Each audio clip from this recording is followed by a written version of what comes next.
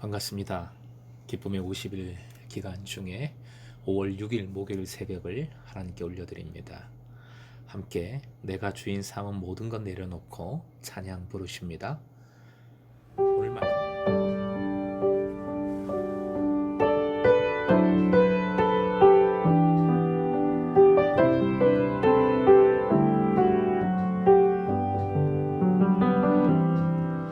내가 주인 삼은 모든 것 내려놓고 내 주 대신 주 앞에 나가 내가 사랑했던 모든 것 내려놓고 주님만 사랑해.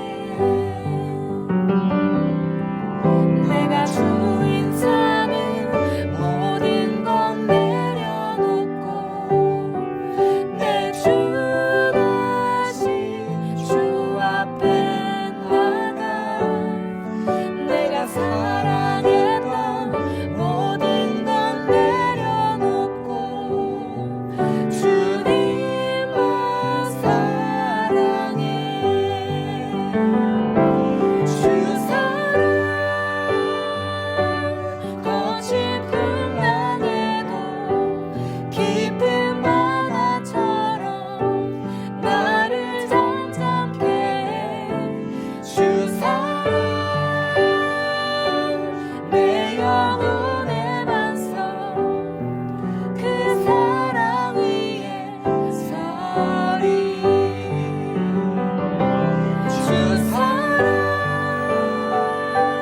거친 풍랑에도 깊은 바다처럼 나를 잠잠케 해.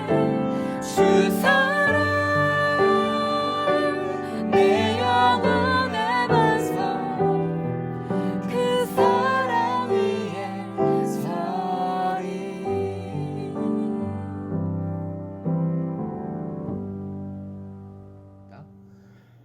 오늘 말씀은 창세기 6장 1절에서 4절까지의 말씀입니다. 함께 읽겠습니다. 사람이 땅 위에 번성하기 시작할 때에 그들에게서 딸들이 나니 하나님의 아들들이 사람의 딸들의 아름다움을 보고 자기들이 좋아하는 모든 여자를 아내로 삼는지라. 여호와께서 이르시되 나의 영이 영원히 사람과 함께하지 아니하리니 이는 그들이 육신이 됨이라. 그러나 그들의 날은 120년이 되리라 하시니라. 당시의 땅에는 네피림이 있었고 그 후에도 하나님의 아들들이 사람의 딸들에게로 들어와 자식을 낳았으니 그들은 용사라 고대의 명성이 있는 사람들이었더라. 오늘의 기도 제목, 주님과 동행하는 믿음의 용사 되어 세상을 밝히게 하소서. 주님과 동행하는 믿음의 용사 되어 세상을 밝히게 하소서. 계보, 족보가 끝나고 다시 현실 세계로 돌아왔습니다. 계보는 북엔드 역할을 합니다. 칸막이 역할을 하는 것이요. 계보 뒤에는 계보 앞과는 다른 뭔가 새로운 일, 완전히 다른 일이 펼쳐지는 것입니다.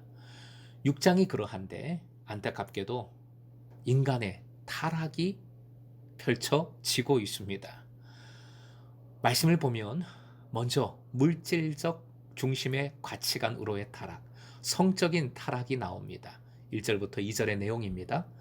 말씀에 하나님의 아들들과 사람의 딸들이 대조가 되지요. 하나님의 아들들은 세세계보, 믿음의 사람들입니다. 반면에 사람의 딸들이란 가인의 계보, 한마디로 불신자들입니다. 아름다움을 보고라고 했는데 아름다움은 외견상의 미모, 보고라라는 원어인데요. 자세히 주목하는 것을 나타냅니다. 지금도 그렇지요. 외모와 그리고 육체를 탐닉하는 것 가장 중요하게 여기는 모습입니다. 우리가 잘 알고 있는 표현이 있지요. 육신의 정욕, 안목의 정욕, 이생의 자랑을 말합니다. 화면 보시고 요한일서 2장 16절 함께요. 이는 세상에 있는 모든 것이 육신의 정욕과 안목의 정욕과 이 생의 자랑이니 다 아버지께로부터 온 것이 아니요 세상으로부터 온 것이라. 한마디로 정욕이 가치관이 되어 버린 것입니다. 그리고 폭력성입니다. 폭력성이 나타났습니다.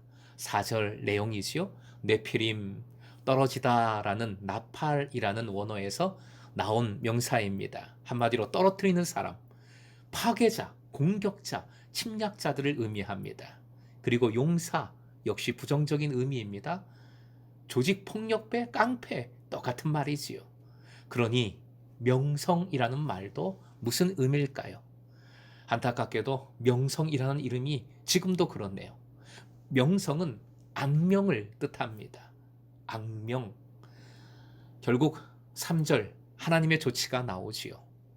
화면 보시고 함께요. 나의 영이 영원히 사람과 함께 하지 아니하리니.